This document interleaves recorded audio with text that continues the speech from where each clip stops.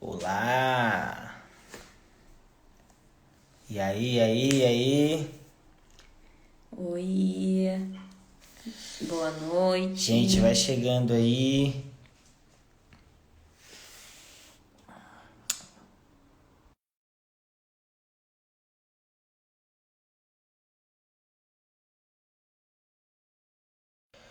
Fala, meus amigos, como é que estão aí? Oi. Hi! Gente, se puderem, por favor, entra no aviãozinho aí, manda pros seus amiguinhos. Ó, eu tô fazendo isso exatamente agora, tô incomodando tanto de amigos meus. Manda essa live aí pro pessoal.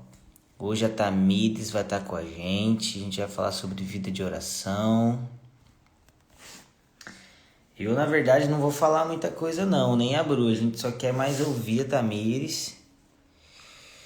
Deixa eu ver se ela já tá por aqui. Ainda não. Vocês estão felizes, gente? Os amigos já estão on. Hey, não foi avisado no grupo? Pô, nem tô sabendo, gente. O pessoal que tinha que estar cuidando disso não fizeram isso?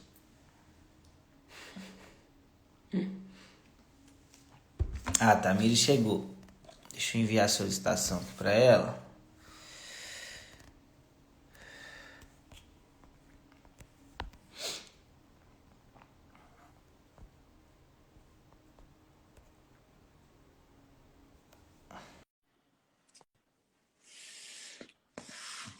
Enviei uma solicitação pra você aí, Tamires. Aí, Ei, gente! tudo bem? Olá. Tudo bem? Como é que vocês estão? Tamo bem. Tamo Que horas são bem. aí agora? Aqui são 6h03 da tarde. Ah, então tá Tá de tranquilo. boa. Tá de Aqui boa. são, aqui são meia-noite. Ô, Glória. Como é, como é que tá o neném aí, na barriga? Tá bem, graças a Deus, crescendo saudável.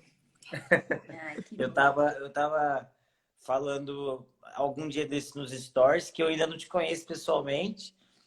Mas a gente tem tanta amiga em comum. É Eu verdade. pelo menos para mim, eles só ficam contando as suas histórias boas. O Mark tá sempre por aí agora. Ficou falando muito de você a última vez que eu tava com ele. Ah, meu querido. O Dani que foi pegar ele no aeroporto aqui esses dias. A gente, meu Deus, ama de paixão. O Mark é um paizão, né? É, ficaram me mandando os vídeos de vocês aí também nas tendas pré-descendo. Então, a gente está muito feliz mesmo de estar fazendo essa live com você.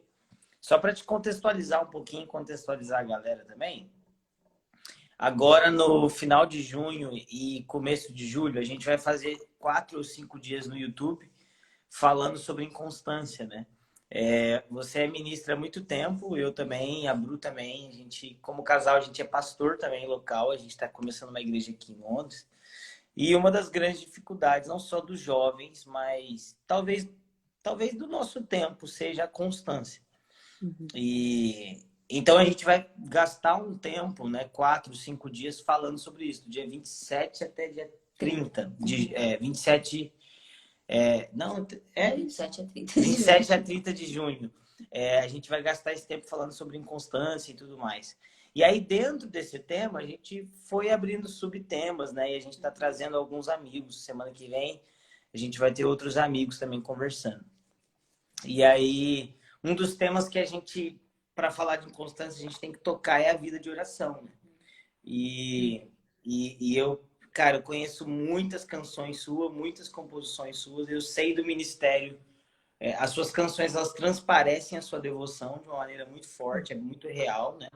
É muito visível quando a gente está ouvindo algo que é genuíno e algo que não é. Eu acho que você também você entende o que eu estou falando. Mas o que acontece muitas vezes nesse meio ministerial, e às vezes as pessoas que nos seguem, elas sonham muito, né, em estar no ministério, fazer coisa e tal. Mas o que acontece muitas vezes é que até o ministério nos rouba da Hum. constância. Então, A gente estava até conversando agora, a nossa proposta é mais ouvir você, ouvir o seu coração, ouvir sua história com esse tema oração, com esse tema lugar secreto, aquilo que Deus tem falado com você. O nome que o pessoal colocou para essa live em específico é Eventos On e Vida de Oração Off, né? Como isso tem acontecido no nosso tempo. A gente queria mesmo começar esse momento te ouvindo. Eu, assim, que acompanho de perto, né, o Alê com essa questão de sair para ministrar e tudo mais, e versus, né, a vida comum, sei como é que funciona, mas a maior parte da galera não tem contato com alguém que viva isso, né, e a gente queria ouvir de você, assim, como é para você equilibrar isso, né, porque muitas vezes acabam sendo muitas viagens, muitas ministrações, muitas demandas, e o ministério que deveria, que às vezes parece que é o nosso prêmio, né, por ser alguém de Deus, acaba nos roubando de Deus. E a gente queria ouvir de você como você concilia isso, o que você entende acerca de estar on e off, né, o tempo no secreto versus como dar frutos também, enfim, naquilo que as pessoas podem tocar e ver, né, da sua vida. E a gente queria ouvir você. Bom, vamos começo. Gente, muito feliz de estar com vocês aqui. Realmente é um pouco do que o Ale disse, né? A gente sabe de ouvir o fruto, de ver o fruto na vida, a gente consegue perceber o que é genuíno e o que não é. E a nossa casa ama muito a família de vocês, não só na questão das canções, né? Eu acredito que muito mais testemunho de vida. Eu tenho a impressão que nesses dias, é o que eu mais tenho ministrado aqui, inclusive, eu tenho a impressão que nesses dias a gente olha, por exemplo, para a vida de Balaão, e Balaão seria o tipo de cara que é aprovado, né, principalmente no Brasil. É um cara que viu Jesus, né, viu o anjo do Senhor, viu o milagre, fez maravilha, um tanto de trem, respeitadíssimo nas nações. A Bíblia chama ele de falso profeta, mas ele é o tipo de cara que é aceito hoje no meio da igreja. Isso é assustador para mim. E então o que nós mais temos olhado não são vidas que produzem alguma coisa. Muita gente está produzindo alguma coisa em nome de Deus, mas é de fato olhar para Mateus capítulo 7 e saber ter esse temor no nosso coração. Será que nós vamos ser daqueles que vão ouvir eu te conheço? Ou nós somos daqueles que vão dizer eu profetizei só e eu não sei quem é o Senhor, e o Senhor não me conhece, né? Apartai-vos de mim. Então, para mim, a vida de oração ela começou muito cedo, muito antes do ministério. E eu acredito que esse é o primeiro ponto, acho que o mais principal de todos, é que eu vim de um lugar, eu vim de uma época, eu me converti na igreja presbiteriana, eu tinha 4 anos. A minha mãe aceitou Jesus, eu tinha 3. E eu passei a frequentar essa igreja e tal. E um dia, a titia da escola dominical, a tia Sheila, pregou sobre a cruz. Quando eu me dei conta, era um domingo de manhã, né? E eu tava lá chorando e dizendo que eu queria um Salvador. Era fevereiro de 98. E naquele mesmo mês, tinha um show de talentos na igreja. E aí, naquele show de talentos, era muito comum, né? Tipo assim, show de talentos, eu cismei com a minha mãe. Mãe, quero cantar, quero cantar, quero cantar. E fui com ela, nem sabia que eu cantava ainda. Eu só gostava de cantar, mas não sabia que tinha alguma veia para música, nem nada, ninguém na família. E aí, eu cantei uma música chamada Jesus Criança. E o final da música dizia, eu quero ser também Jesus. E ali acabou o playback, a música acabou e eu continuei cantando. Eu quero ser também como Jesus. Primeira vez cantando, coloquei meu primeiro espontâneo ali. E aí, cara, e ali, eu cantando Eu Quero Ser Também Como Jesus, eu fui baseado no Espírito Santo. Desci correndo por causa da minha mãe, já orando em língua, já fui pensando na presbiteriana, tradicional, uma bênção. Em choque, assim, na época. Mas o mais louco, assim, é que eu cresci nesse contexto com o meu relacionamento pessoal com Jesus desde a minha infância. Eu acho muito legal, inclusive, quando as pessoas falam de um testemunho de pessoas que, cara, elas foram pra lama, elas rolaram, deitaram, pintaram e bordaram na mão do diabo, e aí o Senhor foi, resgatou essas pessoas. Isso é lindo, para mim isso é maravilhoso, é a obra redentora de Jesus. Mas eu também acredito que o Senhor pode levantar pessoas que estão consagradas desde a sua infância, que não abriram mão do Senhor, né? E isso só é possível através da vida de oração. Então, eu acordava, às vezes, de madrugada, 4, 5 anos de idade, eu encontrava minha mãe, meu pai não era cristão ainda, eu encontrava minha mãe de madrugada de joelho, meu pai não gostava de crente, então ela esperava ele dormir para orar e para ler a Bíblia e tal, e aí eu levantava e ia do lado dela. E eu ficava de joelho, óbvio que em 20 minutos eu estava dormindo, e ela orava, né? Minha mãe era bem raiz, assim, tipo, orava de joelho e tal. E ela varava madrugada, 4, 5, 6 horas de oração diária. Então, essa foi uma coisa que eu vi na minha casa de sempre, né? Então, inclusive, muitos pais falam isso comigo, assim, eu queria tanto que meu filho fosse um homem de oração, uma mulher de Deus, né? Lá, lá, lá, mas não são. Porque, na verdade, eles estão copiando a vida que eles estão vendo em casa. E para mim foi isso. Eu comecei a vida de oração porque eu via a vida de oração da minha mãe, porque eu via a devoção. A minha mãe lia a Bíblia a cada 3 meses. Foi assim que eu cresci na minha adolescência. A cada 3 meses eu lia a Bíblia inteira. Então, essa devoção nasceu para mim antes de nascer o ministério, entende? Sim. O que eu vejo hoje, e para mim é muito louco essa parte, assim, é que é literalmente isso, como a Bruna falou, o ministério virou o prêmio, aquilo que as pessoas querem ter. Sim. Outro dia uma pessoa me perguntou assim, tipo, como é que eu faço para ser um ministro que vai fluir no Espírito Santo? Eu quero fluir no Espírito Santo. E a pergunta é genuína. Não há mal nisso. Mas quando o meu principal foco é fluir no Espírito Santo, é usar ele, né? O meu pai no Senhor, o Gregório McNulty, falava muito isso. Eu custei muito a entender isso, inclusive. Ele falava isso, amigos, todo mundo quer usar ele. Todo mundo quer usar ele. E para mim, o relacionamento com Deus não pode ser de uso. E a gente, por muito tempo, inclusive, o Brasil fala muito disso, né? Deus quer te usar, Deus quer te usar, Deus quer te usar. E aí fica aquela sensação de, então, eu vou usar Deus também. Mas antes, Deus não quer só te usar. Deus não quer que você faça milagres e maravilhas. Deus tem inclusive os que não são dele para fazer isso, se ele quiser. Os que vão chegar diante do Senhor Jesus e vão dizer, em teu nome profetizei, expulsei demônios, fiz prodígios, sinais, maravilhas. Porque ele mais quer um relacionamento. Então, para mim, a vida de oração, ela tem que começar antes do ministério. E eu vejo o oposto isso nos nossos dias, que para mim é assustador, assim, são 24 anos caminhando com Jesus, final do ano 25, e o mais assustador para mim é ter conhecido uma geração antes que veio da vida de oração e construiu um ministério, não pelo ministério, mas construiu um relacionamento no Senhor e o Senhor os enviou depois. E agora encontrar a nossa geração que é imediatista, né? E ela é tão imediatista que ela quer o fruto do ministério sem a vida comum de oração, né? Ela quer para tudo. Ela quer um casamento saudável, mas não quer ser um solteiro saudável. Ela quer... Entende? Então, para mim, começa aí nesse lugar onde eu penso que a vida com Deus era um passe de mágica, ela não é um processo. Onde a galera está aí usando o Senhor. Tipo, eu quero... E entende, inclusive, e acha que ministério está no Instagram fazendo live. E isso aqui não é nosso ministério. Sim. Isso aqui é o nosso serviço que nós podemos prestar aí para os irmãos que estão online. É mais uma ferramenta para nós pregarmos o evangelho. Agora, nosso ministério começa no nosso fruto dentro de casa, não é naquilo que as pessoas estão vendo, né? Eu falo muito assim, é o que eu mais ministro às mulheres, aqui o pessoal aqui em danças e tal. O que mais me assusta é quando eu começo a receber de gente que eu nunca vi na minha vida e dizer assim, olha, você é a minha referência. Eu quero ser como você. Eu falo, você não me conhece. Você não sabe quem eu sou. Vocês estão impressionados. Vocês se impressionam facilmente com o brilho da rede social. O cara postar uma foto orando, né? Orando. Uma foto de joelho e um texto bonito, um versículo embaixo, não faz dele um homem de oração. Não faz dele uma pessoa cheia do Espírito Santo.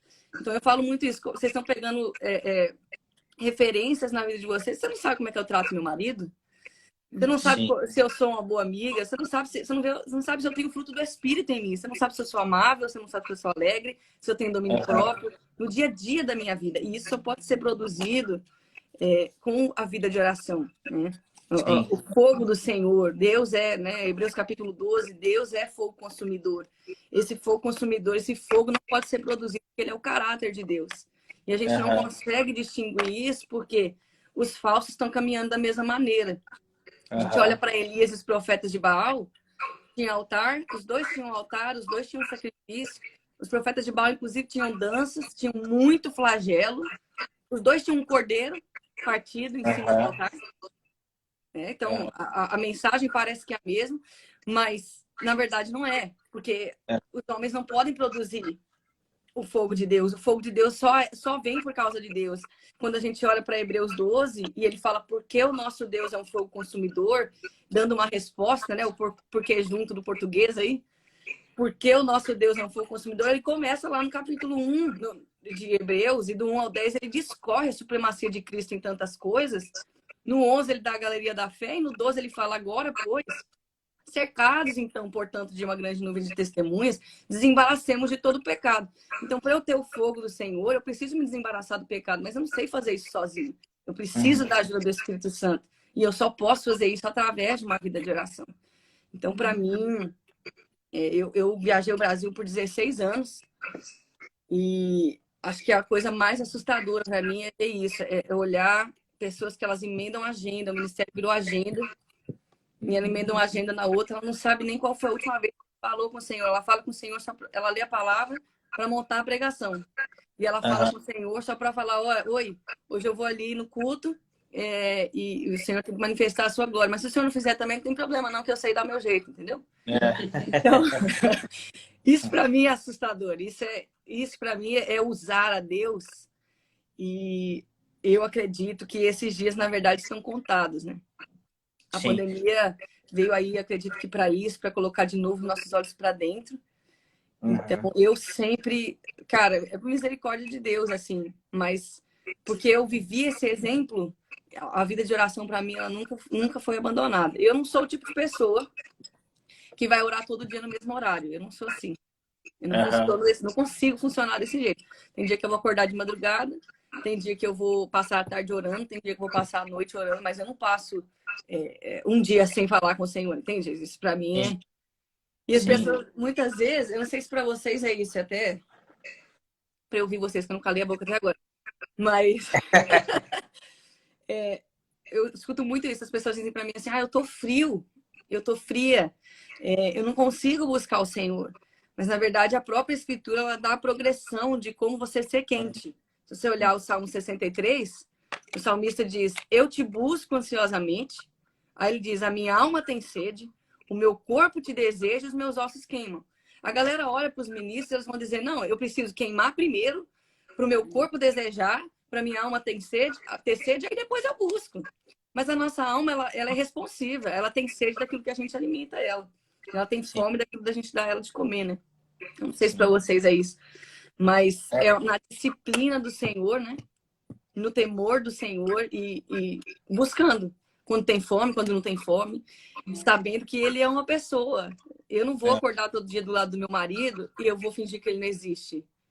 Sim. Se eu tô de TPM, se eu não tô, se eu acordei, se eu acordei e dormi mal ou não importa. É meu esposo, eu vou comunicar com ele, acordei do lado dele.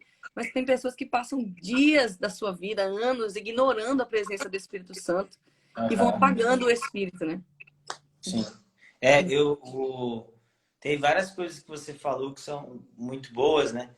Eu também, a gente tem uma trajetória no Brasil, agora em outras nações também, e não só ministrando, mas também discipulando, na verdade, a nossa ênfase como casal sempre foi o discipulado, né?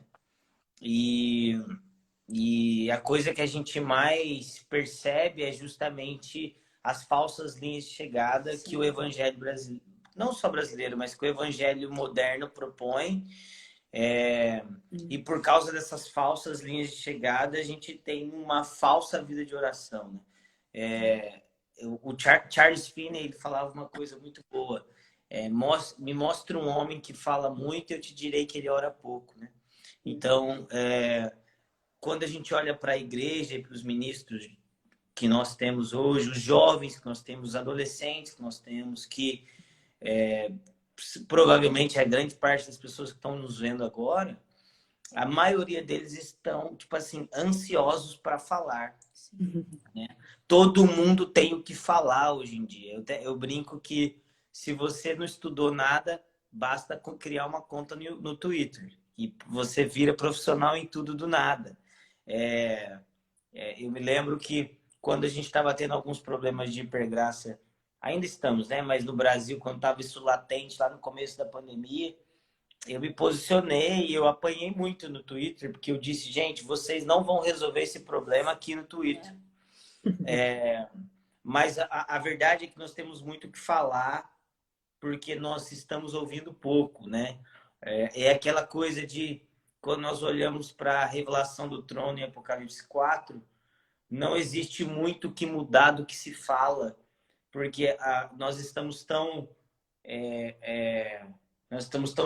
estatelar, eu não sei uma palavra boa, mas nós estamos tão fascinados, extasiados por aquilo que a gente está vendo, que nos falta repertório, né? Então, você culminou toda a sua fala na prática diária, e eu acho que eu no começo, sabe, Tamires, da minha vida, principalmente como ministro, as pessoas me perguntavam sobre constância, né, e sobre vida de oração, e eu tinha e ainda tenho muitas coisas profundas e teológicas para falar. Mas conforme eu fui pastoreando, eu vi que nada é mais eficiente do que falar para ele assim, mano, separa pelo menos 20 minutos do seu dia, depois 25, depois 30, depois 35, depois 40, né? E eu, tipo assim, eu sou igual você, eu não sou uma pessoa muito, tipo, organizada com o meu horário, digamos assim. Rotina, né?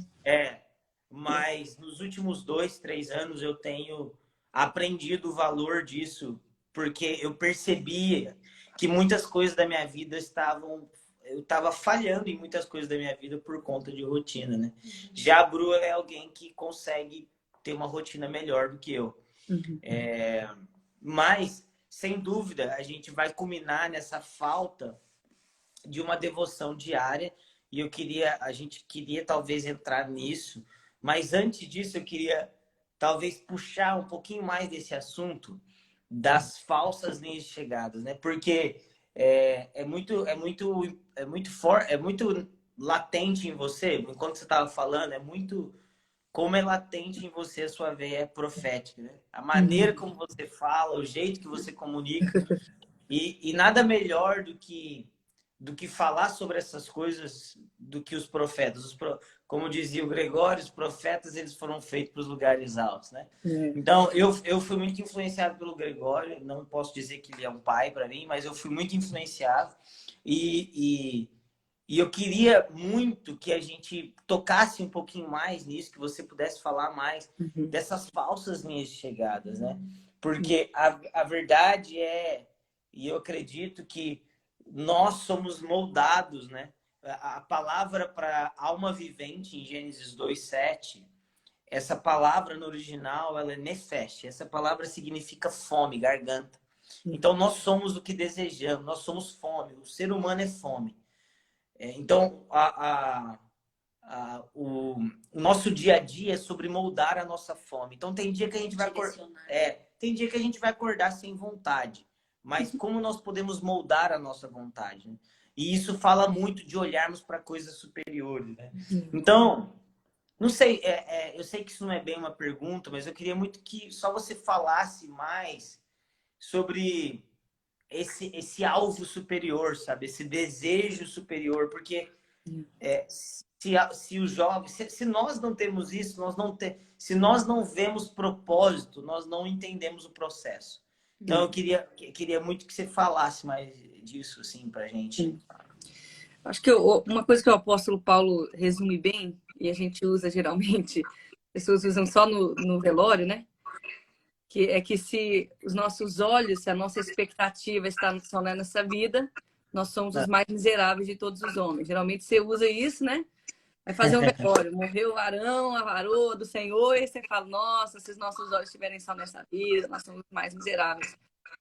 Mas eu admiro tanto o apóstolo Paulo nesse sentido, porque ele foi um cara de sucesso ministerial, se você olhar, né?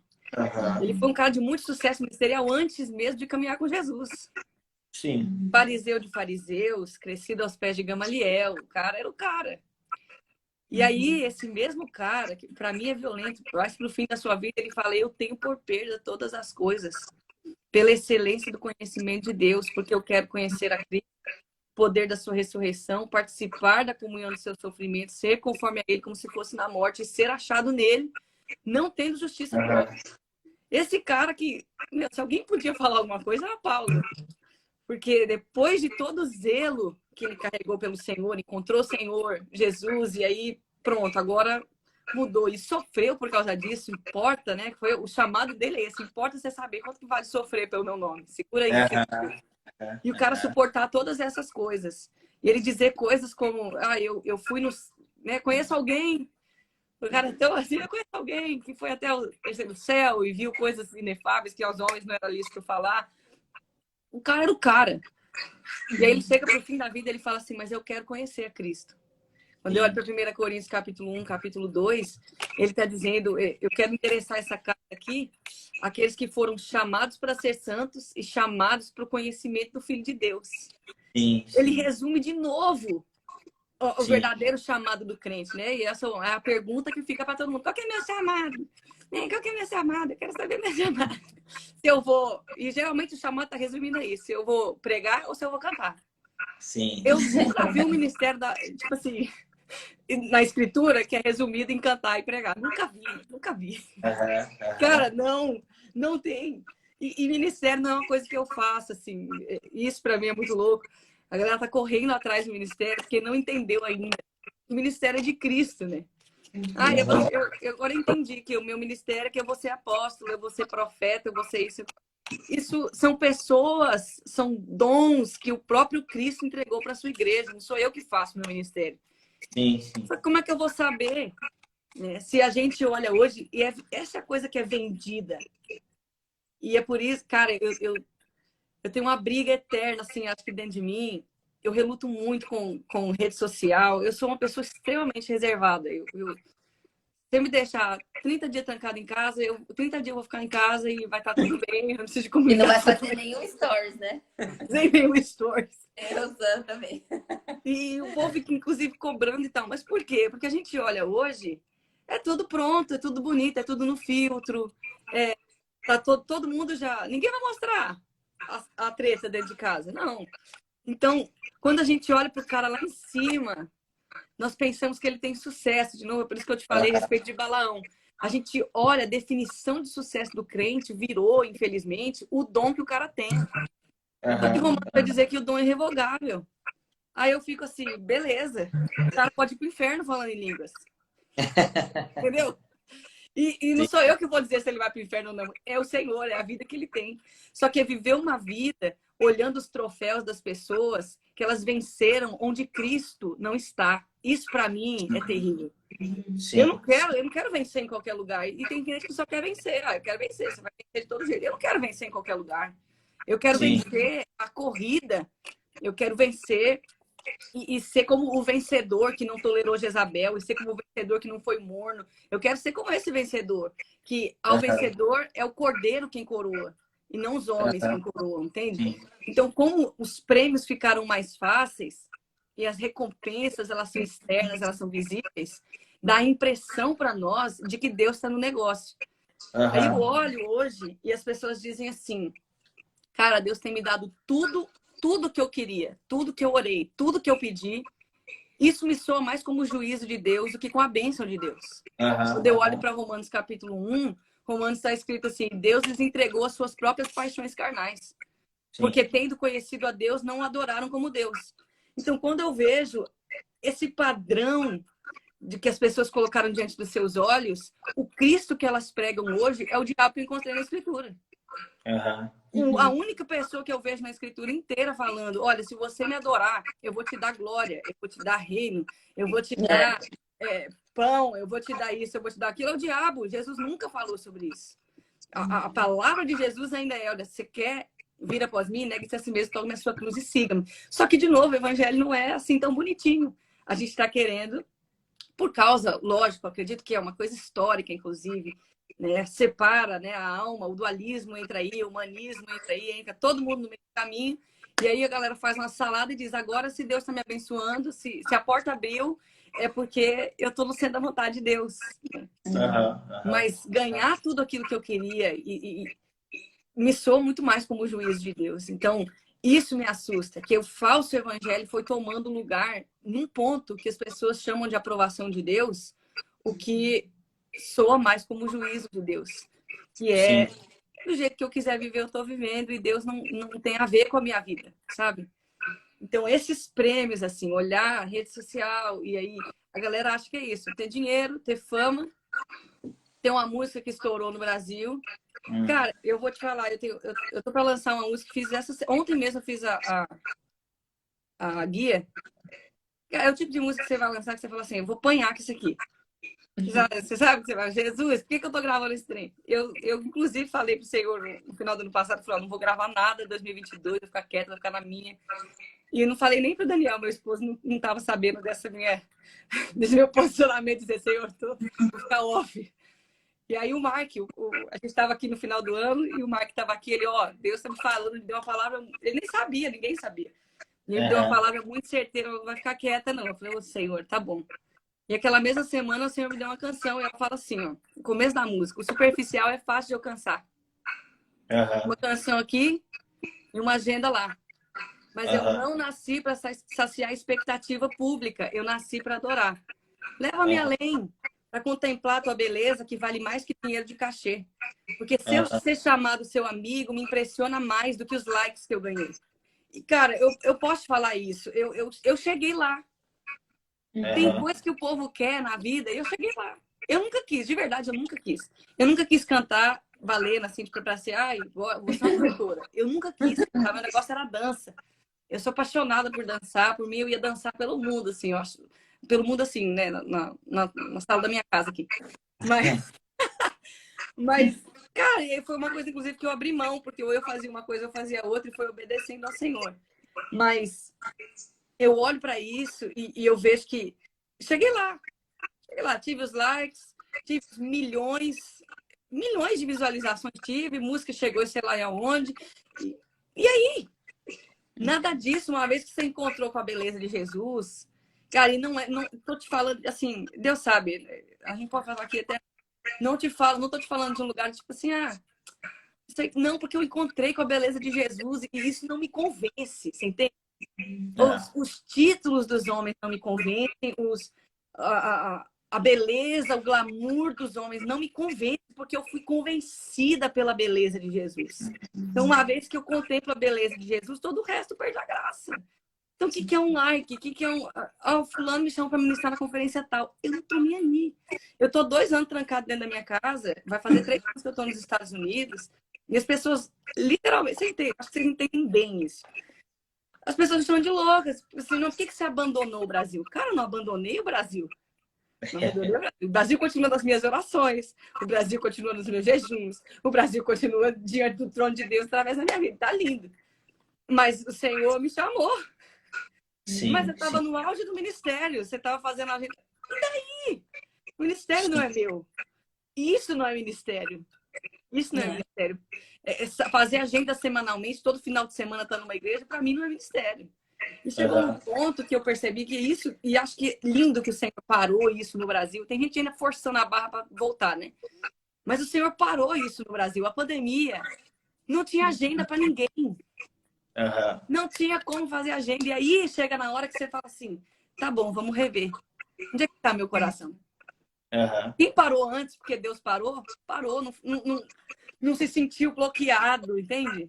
Não ficou ali, esforça daqui, esforça dali, precisa desesperadamente fazer uma agenda para encontrar seu valor, porque em Cristo não achou faz tempo, porque não encontra na sua vida de oração faz tempo. Aí o que acontece? Como a gente tem sede, como a gente tem fome, como você falou muito bem, o cara não se sacia na vida de oração, ele vai se achar na opinião pública. Só que um dia o povo ama ele. No dia seguinte o povo não ama mais. E aí ele começa a se moldar. Ele vira Saul. Ele vira Saul porque ele quer segurar. Ele vira Jeroboão, que ele quer segurar o povo, dizendo, não vai para Jerusalém não. Porque o dia que você chegar em Jerusalém, você vai descobrir que eu não sou assim, um homem tão de Deus, não. Não vai ter a presença do Senhor, não. Que você vai descobrir que eu não confio no Senhor. E aí, a gente olha para Jeroboão, vem o profeta Isaías, ele profetiza contra o cara e fala assim, você vai morrer. a sua casa, quem morrer de Jeroboão, os cães vão lamber, né, e tal. Ele dá aquela primeira palavra, mesmo que se repete depois para Jezabel, mas ele olha para aquilo, a Bíblia diz que Jeroboão estende a mão para matar o profeta, não consegue. Quando ele não consegue, ele fala assim, então senta aqui na minha mesa, vamos lá comer comigo. Quanto que a gente não viu disso? A hora que o Senhor fala, vou te corrigir, primeiro o cara se levanta, ele fala, não posso me levantar, agora deixa eu ver aqui. Deixa eu ver quais são os nomes agora que eu posso me associar, para ver se o povo ainda pensa bem de mim, sabe? Sim, O Senhor sim. já te retirou, mas eu vou ver se o povo ainda pensa bem de mim. É como Saul fazia. E aí a Sim. gente vê aquela geração Davi e Saul voltando tudo de novo, porque nós saímos do lugar secreto, nós saímos do lugar de oração. Eu admiro... É Jesus, né? Mas eu olho para a vida de Jesus, ele no auge, trem pegando fogo ali, avivamento, né? Milagre, a gente chamaria de avivamento, milagre, sinal, maravilha. Aquela coisa toda rolando. E Jesus some. Deixa eu orar. Gente, o Filho de Deus parou para orar. Por que a gente tá achando que a gente é melhor que o Filho de Deus, que a gente não vai parar para orar, que tá tudo certo? Não, eu aguento, eu seguro meu coração de boa, não preciso de Deus para se meter no meu ministério. Sabe? Eu olho para Marcos 1 e 2, aí vem Pedro e fala, Senhor, a Bíblia diz que ele procura o Senhor diligentemente a madrugada inteira. E ele não encontra o Senhor Jesus. Quando ele encontra o Senhor Jesus, ele fala, Senhor, todos te procuram. Jesus olha para ele, não fala nada e desce. E para mim, eu fico imaginando essa cena, é quase como se Jesus está falando assim, como é que você está me procurando a noite inteira? Tá todo mundo me procurando. Você não sabe onde você vai me achar? Você não sabe que eu estou no lugar de oração? E tem gente procurando Deus diligentemente, está procurando Deus em cima do púlpito, microfone na mão, varrendo a igreja, limpando o banheiro, indo fazer evangelismo na rua, e está procurando Deus. Sim. E aí, esquece. E eu não estou dizendo que as outras coisas não são válidas, mas eu não vou encontrar Deus em cima do púlpito. Eu não vou para o púlpito para encontrar Deus. Eu não pego o microfone para encontrar Deus. Eu pego o microfone porque eu encontrei Deus e Ele me enviou. Quando eu olho para 1 Samuel 16, eu amo essa passagem. Chega ali, Deus tinha rejeitado Saul. E aí tá lá Samuel resmungando, né? Que não deve ser fácil com um profeta investir no... Primeiro ser rejeitado, depois investe no cara e o cara, né? Aquela bênção. Aí, beleza. Aí lá vai o Samuel chateado. E o Senhor fala para ele, até quando você vai ter pena de Saul? Enche um chifre de azeite. E Deus não fala para ele, vai. Deus fala para ele, vem. Sim. Vem e eu te enviarei. O problema é que a gente vai lá, né? Esse enche de azeite, agora eu vou. Mas eu não vou para lugar nenhum se o Senhor não me enviar. Esse é o ponto. Então, acho que essas falsas expectativas, esses falsos prêmios de que se a minha música estourou, eu sou um homem de Deus, são, na verdade, nada mais, nada menos do que a ponta ali do iceberg mostrando o caráter do órfão.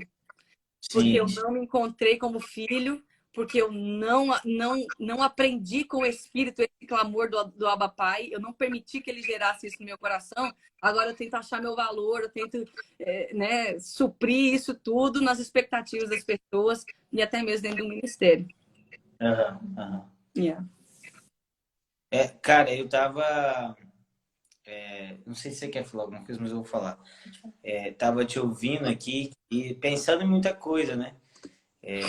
E eu entendo muito do seu sentimento de deixar coisas para trás. Não, eu também eu e a Bru, a gente tem experimentado muito de, entre aspas, sucesso em muitas coisas, né? Então, a gente tem 28 anos, 2 filhas, temos igrejas que a gente plantou, literalmente, a gente foi lá, fez a primeira reunião, gerou os discípulos, plantou a igreja, saiu, né? Então, e hoje a gente está aqui fazendo a mesma coisa.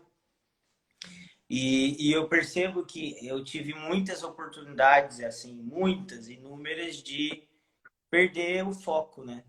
Perder, tipo, vir para lá, vir para cá. E, na verdade, essas propostas e essas possibilidades, elas são muito sutis. Voltamos. Essas propostas, essas possibilidades, elas são muito sutis, né? Às vezes as pessoas acham que essa perca de direção na caminhada, ou essas falsas linhas de chegada, esses atalhos, eles são, nossa... Tipo, a favor de Deus. Do nada, ele parece um anjo brilhando. mas não, são coisas muito simples. E da mesma maneira eu creio que são coisas muito simples e princípios inquebráveis nas nossas vidas que nos protegem de ser quebrados futuramente, né? E para a gente caminhar para o fim mesmo, até porque live muito grande é muito chato, eu queria, tipo, se você pudesse dizer coisas na sua vida que não precisa ser uma ou duas, se você não tiver uma lista, você pode só falar um pouco, que você mantém perto do seu coração, que são coisas que te protegem. Tipo assim, cara, eu tenho essas coisas na minha vida e essas coisas me protegem para que eu não erre. Porque, Princípios. porque eu conheço muita gente, eu sei que você também. E embora eu admire e saiba que você é de Deus, eu sei que a Tamires não é um super-herói. Eu sei que você, se você tivesse sozinha e se você tivesse só você no mundo, você já tinha tomado as decisões erradas. Então, assim, o que você carrega em você, que você diz assim, cara, se não fosse essas coisas... Isso aqui me protege, né? se não fosse essas coisas, eu, tipo, já teria me quebrado. Sim. Cara, a primeira coisa para mim, que é acho que é o princípio mais alto que eu tenho na minha vida, e talvez até por causa dele, às vezes eu tenha tido a sensação de que eu tenha quebrado a cara, mas é a obediência. Eu sou, eu sou radical na minha obediência. Radical, assim, radical. Radical com obediência, radical com verdade. Eu sou o tipo de pessoa, eu quando era nova, quando eu tinha uns 10, 11, até uns 12 anos, assim, eu lutei muito, mas muito, contra a mentira. Eu não conseguia falar a verdade por nada nessa vida, nada. Sabe o que é nada, nada? Eu não conseguia falar a verdade. Era a luta da minha vida, cara. Eu sofri para abandonar o pecado. Para mim foi muito difícil. Então, toda vez eu ia lá, eu voltava e falava, e eu lia na escritura, assim, né? O pai da mentira é o diabo. Eu falei, mano, eu tô lascada, eu preciso. Eu voltava lá. E para mim não era uma coisa assim, sabe o que que é? Foi um mal entendido. Não para mim, ô fulano, eu tô lutando contra a mentira, você me perdoa, eu menti para você. E, sabe, assim, radical por causa da verdade. Então, hoje em dia, anos depois, eu sou o tipo de pessoa, se você me perguntar que oração agora, eu vou falar para você 6h43, não são 6h45. Porque não são 6h45, são 6h43 para mim. Só que isso só foi gerado em mim por causa da obediência à palavra de Deus. Então, muitas coisas que eu queria fazer do jeito que eu queria fazer, eu não fiz por causa da palavra de Deus. Inclusive, assim, para mim, vindo muito nova, né, no contexto cristão, no contexto religioso, até não posso nem dizer cristão, mas no contexto religioso, dentro da igreja ali há muito tempo, o problema da obediência para mim era tão grande que eu obedecia tão cegamente que eu até quebrei a cara muitas vezes, porque eu obedecia, porque não, é liderança, eu vou obedecer, acabou, que autoridade é autoridade, eu era assim, radical, até eu encontrar o equilíbrio do que a Escritura estava dizendo sobre honrar autoridades, etc. Mas a obediência me guardou. E é a obediência à Escritura que me guardou. A obediência aos homens me fez quebrar a cara, mas a obediência à Escritura me guardou. Então, hoje o que me guarda é a obediência à Escritura em todas as áreas da minha vida. Então, eu sou uma mulher submissa ao meu marido. Tipo assim, eu não abro uma agenda, na verdade, minha agenda nem tá aberta, mas eu não vou dizer assim pra você, eu vou ali pregar, eu vou ali fazer isso, aquilo, sem a concordância do meu marido. E aí pode chamar de machismo, pode chamar do que quiser. Eu só profetizo da cabeça coberta, você entende? Tipo, pra mim é isso. Só que por quê? Porque é bonito? Porque é mais fácil? Não, acho que não. Mas porque tá escrito. Porque tá escrito. Então, a primeira coisa para mim é o nível de obediência. A segunda coisa que eu tenho de manter, óbvio, o relacionamento com o Senhor é de sempre sondar meu coração. Por quê? Eu acho lindo quando a Escritura está dizendo que naquele dia ele vai revelar as intenções do coração.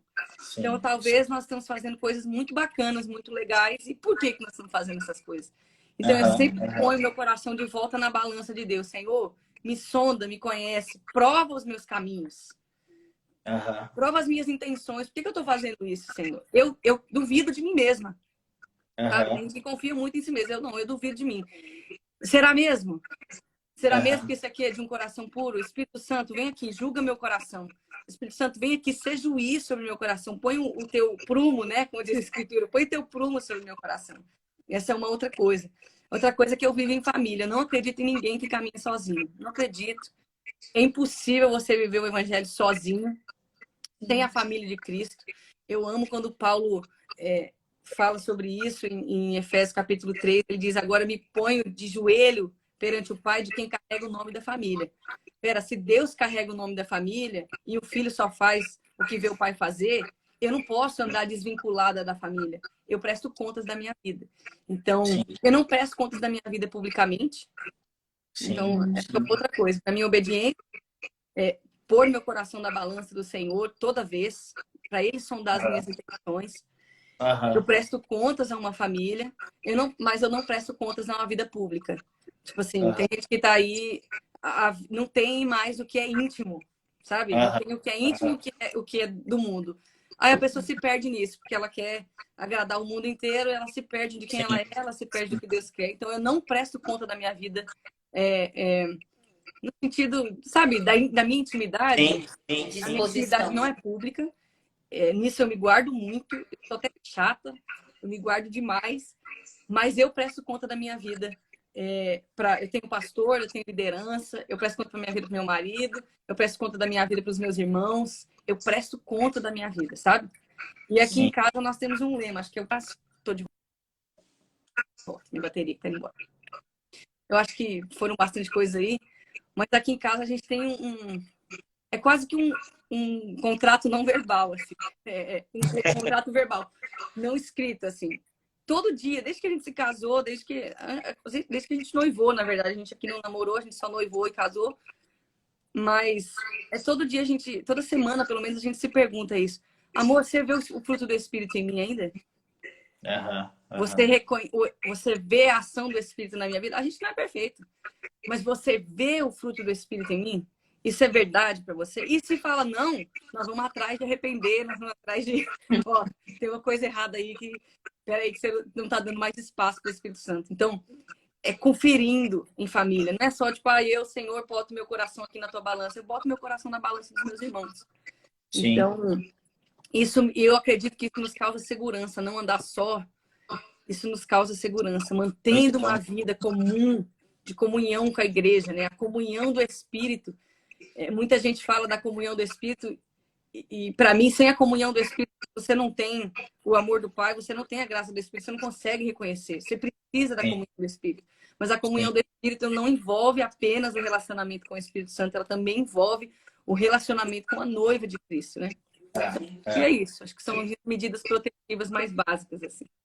Muito bom, gostei muito. Principalmente o último tópico é um fundamento aqui em casa também, né?